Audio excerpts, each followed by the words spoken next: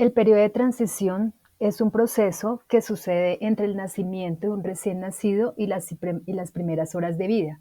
Se caracteriza por cambios muy importantes que surgen fundamentalmente como resultado del paso de la dependencia materna del feto a la independencia en la vida postnatal. Pero, ¿cuáles son los cambios más importantes de la transición de la vida intrauterina a la extrauterina? El periodo inmediatamente posterior al nacimiento representa uno de los momentos más complicados e inestables en el ciclo de la vida humana. Es por eso que vamos a conocer más sobre esta transformación. Durante la vida intrauterina, el feto es dependiente de todos sus procesos de la placenta. El paso a la vida extrauterina implica independencia en todos estos procesos de oxigenación, circulación, alimentación, funciones de eliminación, termorregulación y funciones inmunológicas. Durante el periodo fetal, los pulmones no son funcionantes y la sangre del feto se oxigena en la placenta, llevada hasta allí por las arterias umbilicales. La respiración es una de las adaptaciones cruciales. Al momento de nacer, el aire ingresa por primera vez a los pulmones y el bebé debe comenzar a respirar de manera independiente. Durante el periodo fetal, la sangre del feto se oxigena en la placenta. Los pulmones están ocupados por líquido pulmonar. Este líquido pulmonar se produce por un transporte activo de iones de cloro por los canales de cloro que son más activos en esta etapa y que filtran el líquido a partir del líquido intersticial pulmonar, provocando excreción de agua y sodio hacia los alvéolos. Al momento del nacimiento, ocurre la disminución de las presiones pulmonares debidas a la expansión mecánica de los pulmones y a la elevación arterial de la presión parcial de oxígeno, como consecuencia de la primera respiración. Unos pocos segundos después, los pulmones se llenan de oxígeno y los vasos sanguíneos tendrán que relajarse para perfundir al alvéolo, absorber el oxígeno y distribuirlo al resto del organismo. Posterior al parto, el oxígeno y las catecolaminas activan la bomba sodio-potasio ATPasa y aumentan la expresión de los canales de sodio ATP-adenosina trifosfato. Es decir, que la absorción de líquido pulmonar es el resultado del transporte activo de iones a través de la bomba sodio-potasio ATPasa del alvéolo hasta el intersticio que permiten que el alvéolo drene el líquido pulmonar que existía en la vida fetal. Entonces, ¿qué factores permiten la oxigenación del recién nacido? En primer lugar, la reabsorción de líquido pulmonar, el reemplazo por aire y el llanto inicial del recién nacido. En segundo lugar, el clampeo de las arterias y la vena umbilical que determina el incremento de la presión sistémica. Y en tercer lugar, la vasodilatación de los vasos sanguíneos de los pulmones y el aumento de la presión sanguínea incrementa el flujo sanguíneo pulmonar y disminuye el flujo a través del conducto arterioso. La sangre que se desviaba a través del conducto arterioso ahora fluye para los pulmones, donde se carga con más oxígeno para distribuirlo a todo el cuerpo. Ahora hablaremos de la adaptación circulatoria. Para pasar a este tema es importante observar algunas características de la circulación fetal. La circulación fetal se caracteriza por una alta resistencia vascular pulmonar secundaria a la vasoconstricción de sus arteriolas y una baja resistencia vascular sistémica resultado de la presencia de la circulación placentaria. La presencia de varias derivaciones o cortocircuitos que distribuyen sangre oxigenada al feto salteando la circulación pulmonar. Por otra parte, se produce mezcla de sangre a nivel de la aurícula derecha, la vena cava inferior y la aorta. La sangre con mayor nivel de oxigenación se transfiere preferentemente a órganos blancos como el cerebro y el corazón, al tiempo que es desviada de los pulmones, dado que la oxigenación ocurre en la placenta. Los ventrículos constituyen un circuito en paralelo en la circulación fetal. Ahora daremos una mirada al circuito de la circulación fetal. Luego de la oxigenación en la placenta, específicamente en los espacios intervellosos, la sangre fetal sale por la vena umbilical hacia el hígado. Alrededor del 50% de esta sangre no ingresa, sino que continúa a través del ductus venoso, este primer cortocircuito, que ingresa en la vena cava inferior.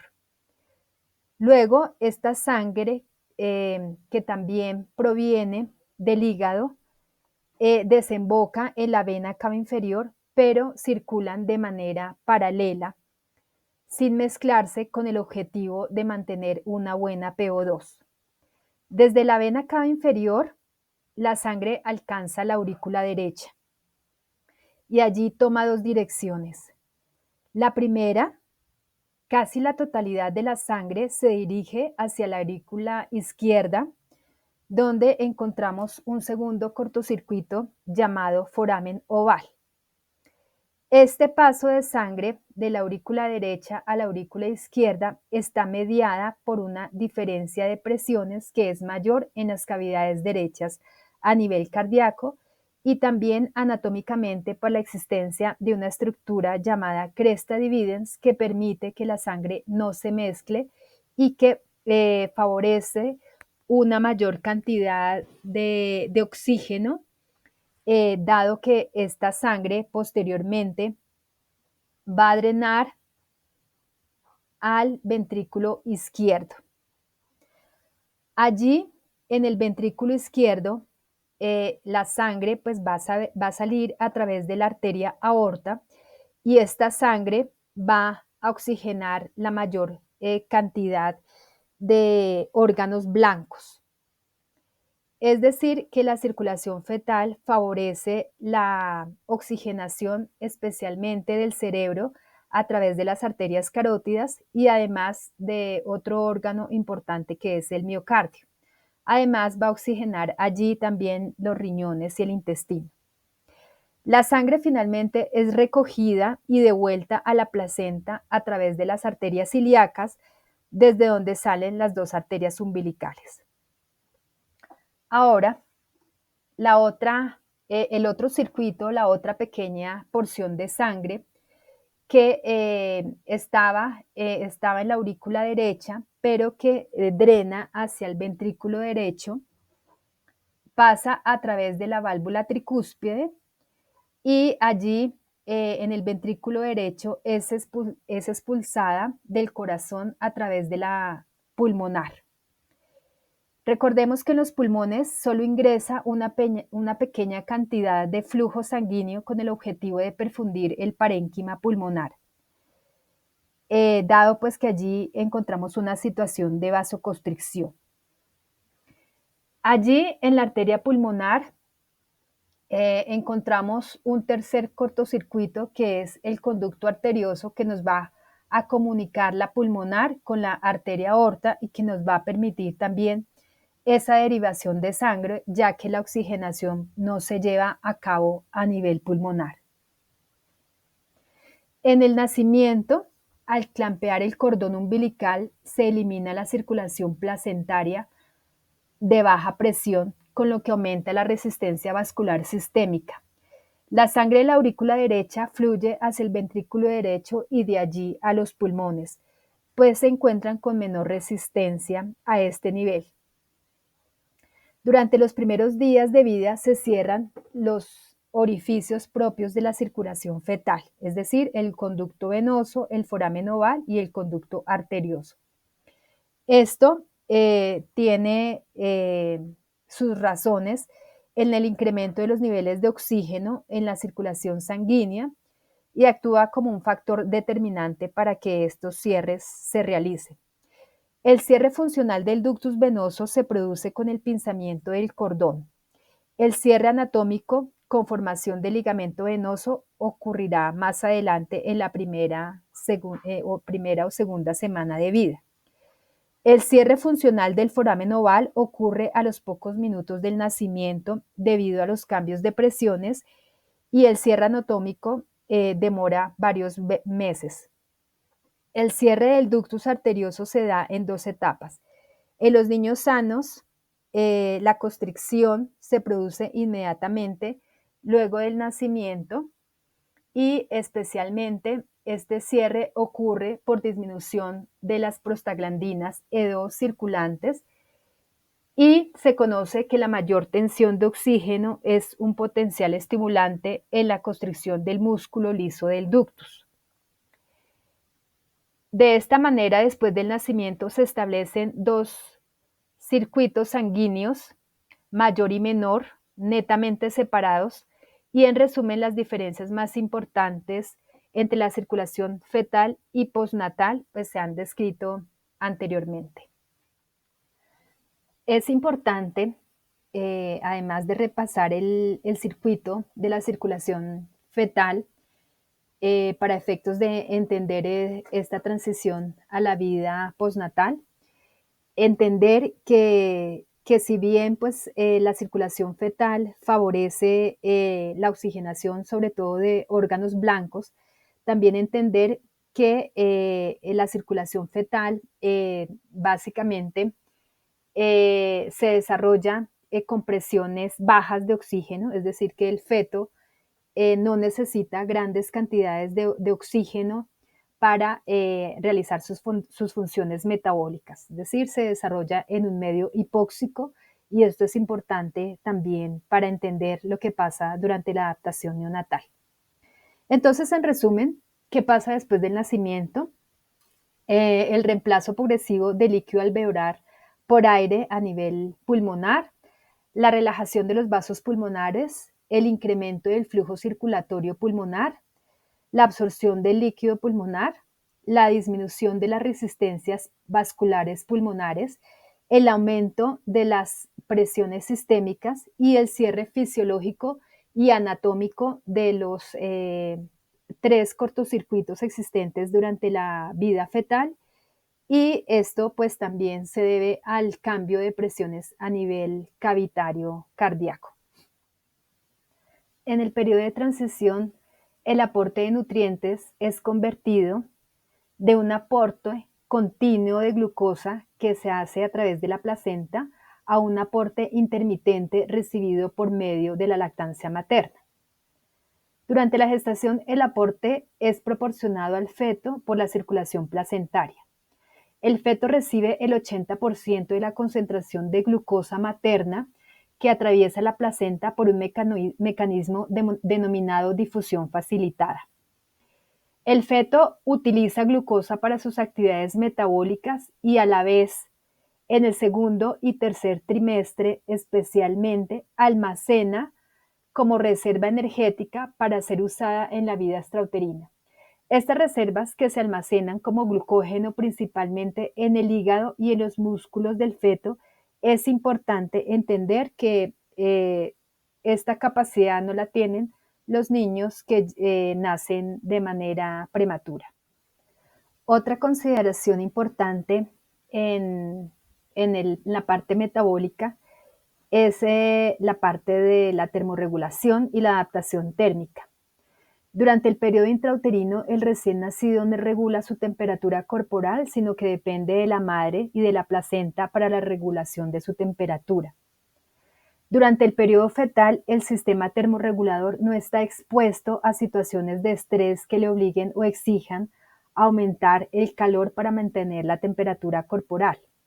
Al nacimiento, esto cambia y el neonato está expuesto a factores que pueden dañar la estabilidad o poner en riesgo la estabilidad térmica del recién nacido.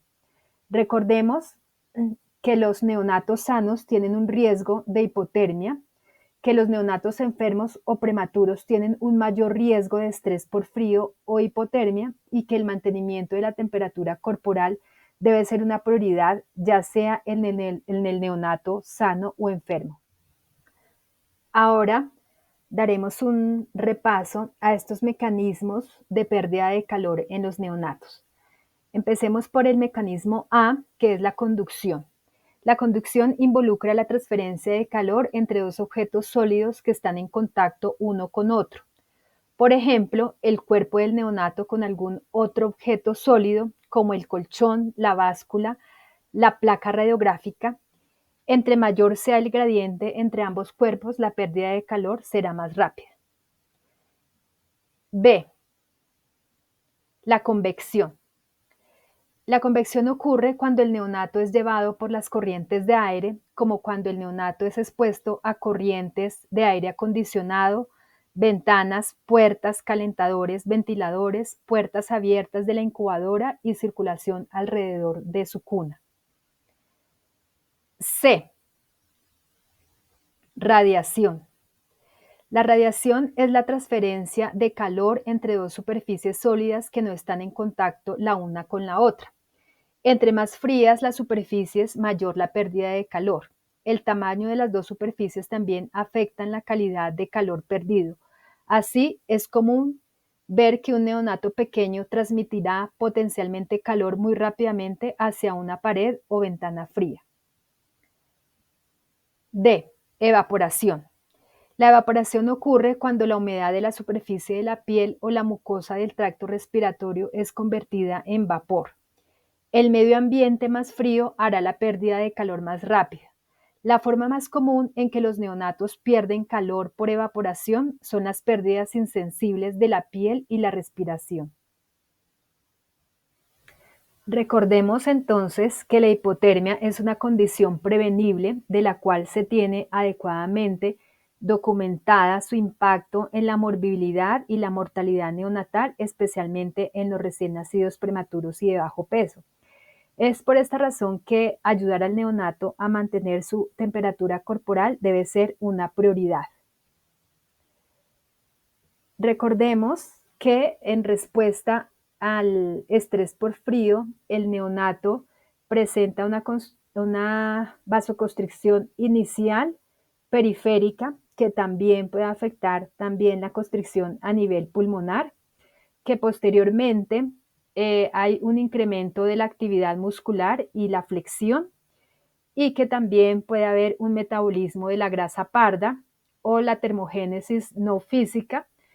Sin embargo, este metabolismo de esta grasa que está presente en la espalda, cuello, hombros, riñones, glándulas suprarrenales, corazón y tórax del recién nacido requiere oxígeno y glucosa como sustrato. Bueno, las consecuencias del enfriamiento están descritas fisiológicamente, dado que hay sensores de temperatura a nivel central y a nivel periférico que detectan el estrés por frío y conducen una señal hacia el hipotálamo. En el hipotálamo se libera norepinefrina. La norepinefrina es responsable de la vasoconstricción pulmonar y la vasoconstricción a nivel periférico. Esto hace que se incremente el metabolismo y ese incremento del metabolismo lleva a un incremento del consumo de oxígeno y de la utilización de la glucosa. La vasoconstricción pulmonar desencadena que aumente la presión a nivel de la arteria pulmonar y que los cortocircuitos de derecha a izquierda continúen o estén presentes en la vida postnatal. Por otro lado, la condición de hipoxia incrementa el riesgo de acidosis, dado el metabolismo anaeróbico que se establece, un aumento del ácido láctico y un pH bajo que nos empeora la hipoxia y que nos podría llevar a la muerte del recién nacido. Intervenciones para disminuir las pérdidas de calor en el neonato. Recordando que para esto debemos mantener un ambiente térmico neutro, entendiendo que esa temperatura neutra es una temperatura corporal con la cual el neonato gasta el mínimo de energía para mantener una temperatura corporal normal. Si hay un gasto mínimo de energía, el consumo de oxígeno también será menor. Estas intervenciones entonces deben ser calentar los objetos antes de que entren en contacto con el recién nacido, mantener la temperatura en sala de partos entre 25 y 28 grados, secar al neonato luego del nacimiento con mantas precalentadas y cambiarlas una vez que estén húmedas. Después de secar la cabeza, colocar un gorro precalentado, no bañar al neonato y sobre todo si está hipotérmico, cubrir al recién nacido prematuro menor de 1500 gramos con una bolsa de polietileno estéril, transportar en incubadora cerrada y precalentada, minimizar la exposición al oxígeno frío, precalentar las incubadoras y la lámpara de calor radiante y utilizar el servocontrol, retirar el neonato de paredes y ventanas frías o proteger cubriéndolas, utilizar una incubadora de doble pared, sobre todo en niños prematuros extremos, y mantener la temperatura neutra. Por otra parte, el sistema nervioso del recién nacido sigue desarrollándose rápidamente. Este crecimiento incluye la formación de conexiones neuronales a través de las experiencias y los estímulos del entorno que el bebé empieza a tener, y para ese contacto es prioridad la intervención de los padres en este proceso de transición, quienes le brindan esos estímulos de manera positiva. En el primer periodo de reactividad, que es un periodo variable entre el nacimiento y la primera hora de vida, el niño se encuentra inicialmente alerta, llorando, con sobresaltos, temblores. Puede haber signos de dificultad respiratoria, sus signos vitales pueden estar todavía irregulares. En este periodo es ideal iniciar la lactancia materna, dado que el recién nacido se encuentra alerta y se está relacionando con esos estímulos exógenos. En el segundo periodo es un periodo donde varía de los 30 a los 90 minutos. Las características en su comportamiento se vuelve el bebé más tranquilo, con tendencia al sueño, y su frecuencia respiratoria, aunque puede estar irregular, su frecuencia cardíaca disminuye considerablemente. En este periodo, como el bebé tiende a dormir, es más difícil iniciar esa lactancia materna. En el tercer periodo de reactividad, que puede durar hasta varias horas después del nacimiento, el bebé puede estar taquicárdico, taquipnéico, el niño está más activo y con respuesta a los estímulos, y tiene una mejor respuesta también a esos estímulos exógenos. Hay cambios del tono y puede haber eliminación del meconio. En este periodo donde el bebé se encuentra también un poco más activo, también es ideal iniciar la lactancia materna. La transición de la vida fetal a la vida postnatal es un periodo de cambios impresionantes y esenciales para el desarrollo saludable del bebé. Desde la adaptación fisiológica hasta la estimulación sensorial, cada aspecto juega un papel vital en el crecimiento y bienestar del recién nacido. La mayoría de los recién nacidos atraviesan el periodo de transición sin dificultades y presentan signos de estabilidad al realizar la valoración de enfermería. El reconocimiento rápido de esos signos que indiquen una mala adaptación a la vida extrauterina son importantes para minimizar la morbilidad de estos recién nacidos. Permite facilitar el tratamiento precoz y le brinda a la familia posibilidad de atravesar este periodo con un cuidado calificado.